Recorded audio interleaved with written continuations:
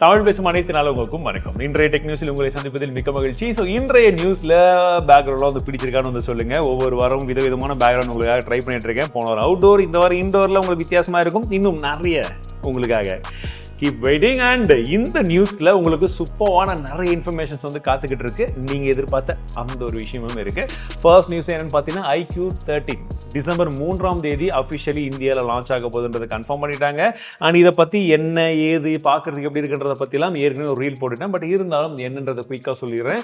இதில் உங்களுக்கு Snapdragon 8 Elite அப்படின்னு சொல்லக்கூடிய இன்னைக்கு இருக்கக்கூடிய Qualcomm Snapdragon ஃப்ளாக்ஷிப் ப்ராசர் அது வந்து இருக்குது. உங்களுக்கு 2K டிஸ்பிளே, அதுலேயும் குறிப்பாக BOEயோட ஒரு லேட்டஸ்ட் டிஸ்பிளே ஃப்ளாட் ஸ்க்ரீனில் இதுதான் இப்போதைக்கு பெஸ்ட்டுன்னு அவங்க சொல்லிட்டு இருக்காங்க ஆண்ட்ராய்டுக்கு. அதை வந்தோடனே நம்ம எப்படி இருக்குன்னு வந்து செக் பண்ணுவோம். 50 MP triple camera setup, 6000 mAh battery, 120 வாட்க்கான ஃபாஸ்ட் சார்ஜிங் சப்போர்ட் அப்படின்றது போல தேவையான எல்லா விதமான விஷயங்களும் வந்து இருக்குது. பட் பர்ஃபார்மன்ஸ் ஈட்டிங் இருக்குமா இல்லையா, அதுதான் நம்மளுடைய கேள்வி. வரட்டும், செக் பண்ணிடுவோம். ஸோ அடுத்தது அடேங்கப்பா நியூஸ் ஒன்று வந்திருக்கு. என்னன்னு பார்த்தீங்கன்னா, இந்த மேட்ரிமோனி வெப்சைட்ஸ்லாம் இருக்குது பார்த்தீங்களா, அதில் நிறைய மேட்ரிமோனி வெப்சைட்ஸில் நிறைய விதமான ஃபேக்கான விஷயங்கள் வந்து நடக்குது. அதில் குறிப்பாக இப்போ வெளிவந்தது வந்து பார்த்தீங்கன்னா பாரத் மேட்ரிமோனியில், அதாவது ஃபேக்கான ப்ரொஃபைல்ஸ் நிறைய உள்ளே இருக்குன்றதுக்கு சாட்சியாக ஒரு சில விஷயங்கள் நடந்திருக்கு. ஏன்னா உள்ளே போய் பார்த்தா ஒரு லேடியுடைய ஃபோட்டோ இருக்குது, அவங்க கல்யாணத்துக்கெல்லாம் ரெடி அப்படி இப்படிலாம் வந்து போட்டுட்ருக்காங்க. அதை பார்த்தது யாரான்னு பார்த்தீங்கன்னா அந்த லேடியே. என்னடா இது, நம்ம ஃபோட்டோவை இங்கே போட்டு வச்சுருக்காங்க, யாருக்கோ பொண்ணு பார்க்க தேடும் போது அவங்க ஃபோட்டோவே போட்டுட்ருக்கு. அதுக்கப்புறம் இவங்க என்ன பண்ணியிருக்காங்க, எப்படி என்ன பண்ணுறதுன்னு தெரியலன்னு சொல்லி, எனக்கு ஏற்கனவே கல்யாணம் ஆகிடுச்சு, இவர் தான் என் ஹஸ்பண்டுன்னு சொல்லிட்டு அதெல்லாம் எடுத்து ப்ரூஃபுக்காக வந்து போட்டு வச்சுருக்காங்க நெட்டில். இதுக்கு கீழே நிறைய பேர் என்ன கமெண்ட்ஸ் பண்ணியிருக்காங்கன்னா, இது இவங்களுக்கு மட்டும் கிடையாதுங்க, நிறைய பேர் இந்த மாதிரி தான் வந்து ஸ்கேம் பண்ணிட்டு இருக்காங்க, ப்ரொஃபைலே வந்து மாற்றி போட்டுட்டு இருக்காங்க. அதுவும் வந்து பார்த்தீங்கன்னா கல்யாணம் ஆகாத பொண்ணு கூட ஃபோட்டோ போட்டுட்டு இவங்க டிவோர்ஸி யாராச்சும் இருந்தால் பண்ணுங்கன்னு சொல்லி இவங்களே ப்ரொஃபைலாக வந்து கிரியேட் பண்ணி விடுறாங்க. ஸோ லாட் ஆஃப் ஸ்கேம்ஸ் வந்து போய்கிட்டு இருக்கு. என்னென்னா, பேசணுன்னா நீங்கள் காசு போட்டு ப்ரீமியம் மெம்பர்ஷிப் வாங்க, விஐபி வாங்க, நாங்கள் பேசுகிறோம் செய்கிறோம் அப்படின்லாம் வந்து சொல்லிட்டு பேசணும், அவங்க செட் ஆகலைன்ட்டாங்கன்னு சொல்லி இவங்களே கட் பண்ணிடுறது. கோடி கணக்கில் பிஸ்னஸ் இதெல்லாம் வந்து பார்த்தீங்கன்னா பயங்கரமான கோடிகளில் புரளக்கூடிய பிஸ்னஸ் இது. அதனால் உஷாராயிக்கோங்க மக்களே. நீங்கள் எங்கேஜில் இருந்தீங்கன்னா பிரச்சனை கிடையாது. ஒருவேளை 90s கிட்ஸாக இருந்து இல்லை இப்போ கல்யாணத்துக்கெல்லாம் அதை தேடிட்டு இருந்தீங்கன்னா உஷார், ரொம்ப ஜாக்கிரதையாக தேடுங்க. காசெல்லாம் அதிகமாக செலவு பண்ணி தேடாதீங்க. அண்ட் ஏற்கனவே எல்லாருக்குமே தெரிஞ்சது தான், அமெரிக்காவுடைய 47வது பிரசிடென்ட்டாக டொனால்ட் ட்ரம்ப் இப்போ வந்திருக்காரு. இது இந்தியாவுக்கு சாதகமாக பாதகமாக அப்படின்னு சொல்லி நீங்கள் உங்களுடைய கருத்துக்கள் வந்து சொல்லுங்கள். இப்போதைக்கு பொறுத்த வரைக்கும் நரேந்திர மோடி அவர்களுக்கு டொனால்ட் ட்ரம்ப் வந்து ஒரு விதத்தில் வந்து பார்த்தீங்கன்னா கொஞ்சம் ஃப்ரெண்ட்ஷிப்போட தான் இருக்கிறாரு. அதனால் ஒரு சில இடங்களில் ப்ளஸ்ஸாக தான் இருக்குன்றது போல் கணிக்கப்படுகிறது. பட் டொனால்ட் ட்ரம்ப் வந்து பார்த்தீங்கன்னா மேக்ஸிமம் அமெரிக்கன்ஸ், எங்களுக்கு எங்கள் நாடு தான் முக்கியம், எங்கள் நாடு எங்கள் நாட்டுக்குடைய வளம் எல்லாமே இங்கே தான் இருக்கணும், வேலை வாய்ப்புகளும் இங்கே தான் இருக்கணுன்றதை பற்றி அதிகமாக பேசக்கூடிய நபர் அது. ஸோ அதனால் அங்கே ஒரு வேளை இந்த விசாக்கு அப்ளை பண்ணுறவங்க, க்ரீன் கார்டு அப்ளை பண்ணுறவங்களுக்கெல்லாம் ஒரு சில இஷ்யூஸ் வர்றதுக்கான வாய்ப்புகளும் இருக்குன்றது போல் சொல்லிட்டு இருக்காங்க. ஒரு பேலன்ஸ் தான். பட் ஸ்டில் அமெரிக்காவை பொறுத்த வரைக்கும் கொஞ்சம் பாசிட்டிவாக இருக்குது. அதனால தான் வந்து பார்த்தீங்கன்னா டாலர்லாம் வந்து ரொம்ப ஸ்ட்ரென்தன் ஆகிட்டு இருக்கு. பிட்காயினுக்கும் ஒரு சப்போர்ட் பண்ணுறதுனால அதுவுமே வந்து ஏறி இருக்குது. இந்திய பொருளாதாரம் தான் சரியான அடி வாங்கிட்டு இருக்கு. ஸ்டாக் மார்க்கெட்லாம் பயங்கரமாக அடி. ஏன்னு பார்த்தீங்கன்னா கண்டினியூஸாக எஃப்ஐஐஸ் வந்து இது வரைக்கும் இல்லாத அளவில், கோவிடுக்கு முன்னாடி கூட இந்த அளவுக்கு இல்லை, அந்த அளவுக்கு வந்து விற்று தள்ளிக்கிட்டு இருக்காங்க. எப்போ இது வந்து திரும்ப போகுதுன்னு தெரியல. ஸோ ஸ்டாக் மார்க்கெட்டில் இருந்தீங்கன்னா பி கேர்ஃபுல். அண்ட் நம்ம வீடியோ எங்கள் தமிழ் செல்வனில் ஸ்டாக் மார்க்கெட்டை பற்றி மணி சீரீஸில் வீடியோவே போடலன்னு கேட்ட நண்பர்களுக்காக சீக்கிரமாகவே வந்துடும். லொக்கேஷன்லாம் பார்க்குறீங்கள, நிறைய விஷயங்கள் வந்து ஒர்க் போய்கிட்டே இருக்குது. சீக்கிரமாகவே உங்களுக்காக ரெகுலரான வீடியோஸ் மணி சீரீஸில் ஸ்டாக் மார்க்கெட்டை பற்றி வந்துக்கிட்டே இருக்குது தமிழ் செல்வன் சேனல். அண்ட் இன்றைய 2வது அடிங்கப்பா நியூஸ் என்னன்னு பார்த்தீங்கன்னா, ஆஸ்திரேலியாவில் 16 வயதிற்கு உட்பட்டவர்களுக்கு சோஷியல் மீடியா கம்ப்ளீட்லி தடை செய்யப்படுகிறது அப்படின்னு சொல்லி அந்த அரசாங்கம் அறிவிச்சிருக்காங்க. எஸ், இதை மீறியும் யாராச்சும் பண்ணாங்கன்னா அவங்க மேலே கடுமையாக தண்டனை வந்து நாங்கள் கொடுப்போம் அப்படின்றது போல சொல்லியிருக்காங்க. அதுலேயும் இதில் என்னடான்னு பார்த்தீங்கன்னா ஒரு சில முரண்பாடுகள் வந்து போய்கிட்டு இருக்கு. அதாவது இது வரைக்கும் ஏற்கனவே அக்கௌண்ட் ஓப்பன் பண்ணி யூஸ் பண்ணிட்டு இருக்கவங்களுக்கு பிரச்சனை கிடையாது, இதுக்கு மேலே புதுசாக யாரும் ஓப்பன் பண்ண முடியாதுன்ற மாதிரி ஒரு சில விஷயங்கள் வந்து சொல்லிட்டு இருக்காங்க. அப்போ ஒருவேளை 12 வயசு பையனோ பொண்ணோ யாராவது அக்கௌண்ட் ஓப்பன் பண்ணி வச்சிருக்காங்க, அவங்க சோஷியல் மீடியாவில் இருக்கலாமா, ஒரு கிளாரிட்டி கிடையாது. But what ever it is, அவங்க சொல்லக்கூடிய கிளைம் என்னன்னா, இதனால எங்கேஜ்லேயே மென்டல் ஹெல்த் எல்லாம் வந்து பாதிக்கப்படுது அப்படின்றத போல சொல்லியிருக்காங்க. அதுலேயும் குறிப்பாக இதுக்கு லூப் ஹோல்ஸ்லாம் நிறையா இருக்கும், எப்படி ஆக்சஸ் பண்ணிடுவாங்க அப்படின்லாம் மற்றவங்க சொல்கிறாங்க. ஸோ அதை தாண்டி வந்து எந்த வெப்சைட் அவங்க ஆக்சஸ் பண்ணுறாங்களோ அந்த கம்பெனிகளுக்கு தான் நாங்கள் ஃபைன் போடுவோம், யூஸ் பண்ணுறவங்களுக்கு கிடையாதுன்றது போல சொல்லியிருக்காங்களாம். இதற்கு ப்ளஸ் மைனஸ் நிறைய விஷயங்கள் இருக்குது. ஸோ இந்த மாதிரி இந்தியாலையும் ஒரு வேலை ஒரு ஏஜ், இந்த ஏஜுக்குள்ளே இருக்கக்கூடியவங்க சோஷியல் மீடியாவை வந்து யூஸ் பண்ணக்கூடாது, ரெஸ்ட்ரிக்ட் பண்ணணும் அப்படின்ற மாதிரி இருந்ததுன்னா உங்கள் கருத்துக்கள் என்ன? நீங்கள் அதுக்கு சப்போர்ட் பண்ணுறீங்களா, இல்லை வேணாம் அப்படின்னு சொல்கிறீங்களா, இல்லை சப்போர்ட் பண்ணுற மாதிரி இருந்தால் எப்படி இருக்கணும் அப்படின்றத கமெண்ட் செக்ஷனில் சொல்லுங்கள்.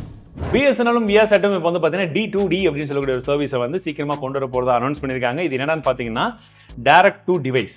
ஸோ சேட்டலைட் மூலியமாகவே நீங்கள் எந்த இடத்துல இருந்தாலும் அங்கே டவரே இல்லை உங்களுக்கு, அதாவது பக்கத்தில் எங்கேயுமே வந்து பெருசாக டவர் இல்லை அப்படின்னா பட்சத்துலையும் கூட உங்களுக்கான மொபைல் கனெக்டிவிட்டி மிஸ் ஆகாமல் வருவதற்கான வாய்ப்புகள் வந்து ஏற்படுத்தி கொடுக்கப்படும் அப்படின்ற போல சொல்கிறாங்க. மெசேஜஸ், வாய்ஸ் கால்ஸ் இந்த மாதிரிலாம் கூட பண்ணிக்கலாம்னு சொல்கிறாங்க. ஒரு நல்ல வரவேற்கத்தக்க ஒரு விஷயம். ஏன்னா எமர்ஜென்சி சுச்சுவேஷனில் நிறைய இடத்துல வந்து டவர் எடுக்கிறது இல்லை, அந்த மாதிரி டைம்ல அது கண்டிப்பாக வந்து ஹெல்ப்ஃபுல்லாக இருக்கும். பட் அனௌன்ஸ் பண்ணுறதோட நிறுத்தாமல் சீக்கிரமாக கொண்டு வந்தாங்கன்னா நல்லாயிருக்கும். என்ன சொல்கிறீங்க? சுமார் ஒரு 4 மாதம் இல்லை 5 மாதத்துக்கு முன்னாடி நம்ம டெல்லி போயிருந்தப்போ ஸ்னாப்ட்ராகன் ஈவெண்ட் ஒன்று நடந்திருந்தது. நம்ம அந்த ஃபோட்டோ கூட போட்டிருப்போம்.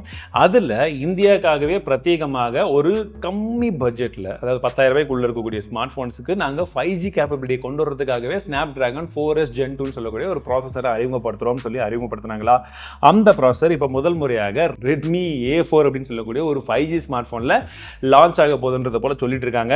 ஏற்கனவே Redmi A3ல வந்து பார்த்தீங்கன்னா மீடியா Helio G36 தான் இருந்தது. அதை விட இது கொஞ்சம் பெட்டர் ப்ராசஸராக இருக்கும்னு எதிர்பார்க்குறேன். கூடவே 50 மேப்ஸ்க்கான கேமரா, 8 மேப்ஸ்க்கான செல்ஃபி கேமரா, 5160 mAhக்கான பேட்டரி. விலை வந்து 8,500 ரூபாய்.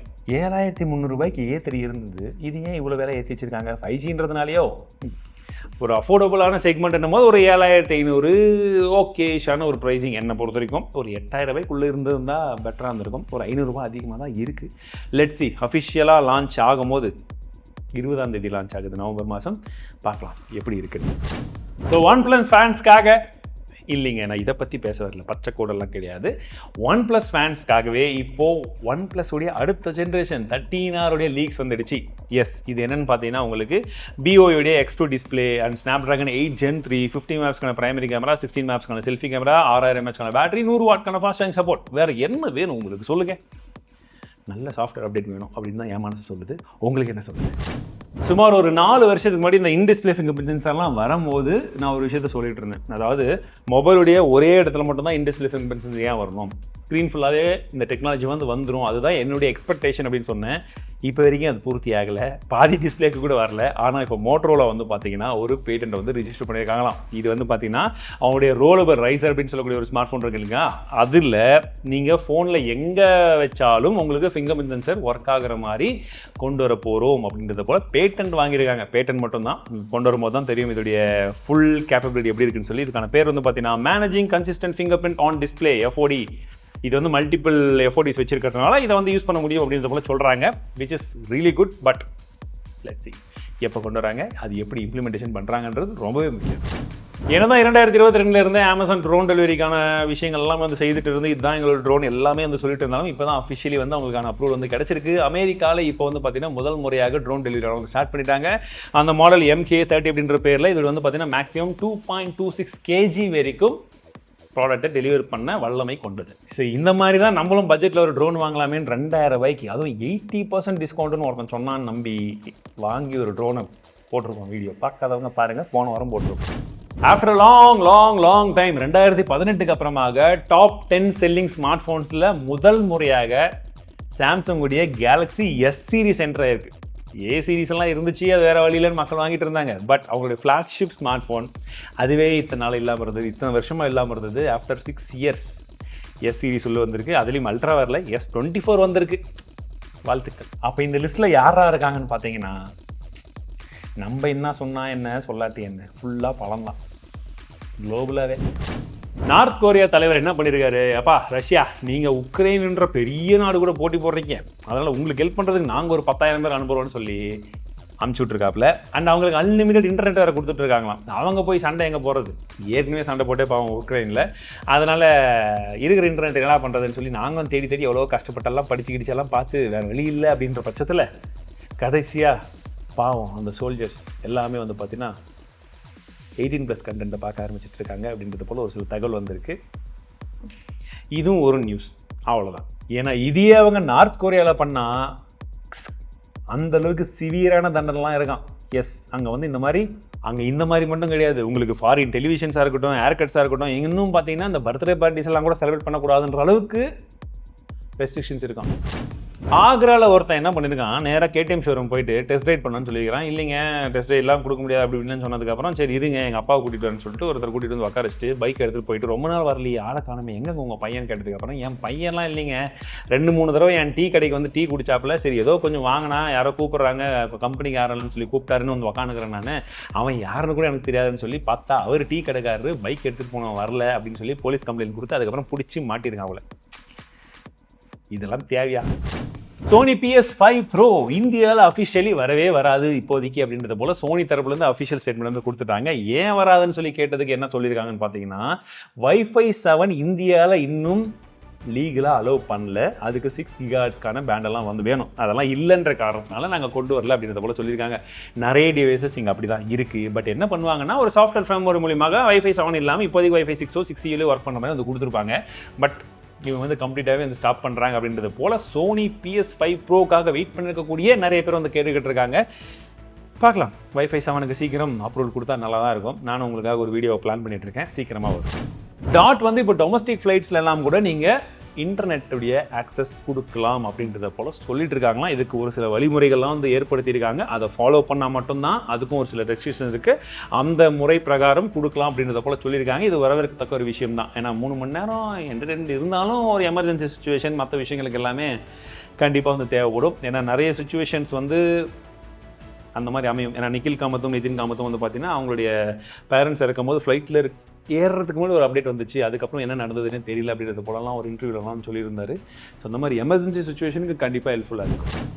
ஸோ இன்றைக்கி ஒரு ஸ்பெஷலான விஷயம் நீங்கள் எதிர்பார்த்ததை சொன்னீங்க இல்லையா, நிறைய பேர் எதிர்பார்த்திருக்க மாட்டீங்க, பட் இருந்தாலும் சொல்கிறேன். போன வாரம் சண்டே நம்ம டெக்னிக்ஸ் மிஸ் பண்ணிட்டோம், வீக் டேஸில் போட்டிருந்தோம். ஸோ இனிமேட்டு வரக்கூடிய வாரங்களில் வீக் டேஸில் ஒரு நியூஸ், சண்டே ஒரு நியூஸ் அப்படின்றது போல் 2 நியூஸாக வந்து பிளான் பண்ணலாம்னு சொல்லி யோசிச்சுட்டு இருக்கேன். எக்ஸாக்டாக ஃபிக்ஸ்டாக வந்து ஒரு டேட் வந்து கிடையாது, அதாவது வந்து புதன்கிழமையோ செவ்வாய்க்கிழமையோ அந்த மாதிரி இல்லாமல் எப்போ நியூஸ் வந்து கலெக்ட் ஆகுதோ அப்போ ஒரு நியூஸ், அன்றைக்கி ஒரு நியூஸ் போட்டுடலாம். இன்னொன்று சண்டே கம்பல்சரி உங்களுக்கான நியூஸ் எப்போ போல், மீதி நியூஸ் எல்லாம் சண்டே வந்து சொல்லிடுறேன். இது உங்களுக்கு ஓகேவா, எஸ்ஸா நோவா, என்ன ஏதுன்னு உங்களுக்கு ஃபீட்பேக்ஸ் வந்து சொல்லுங்கள். அடுத்த வாரம் இல்லை கம்மிங் வீக்கில் டெக் நியூஸில் உங்களை சந்திக்கிறேன்.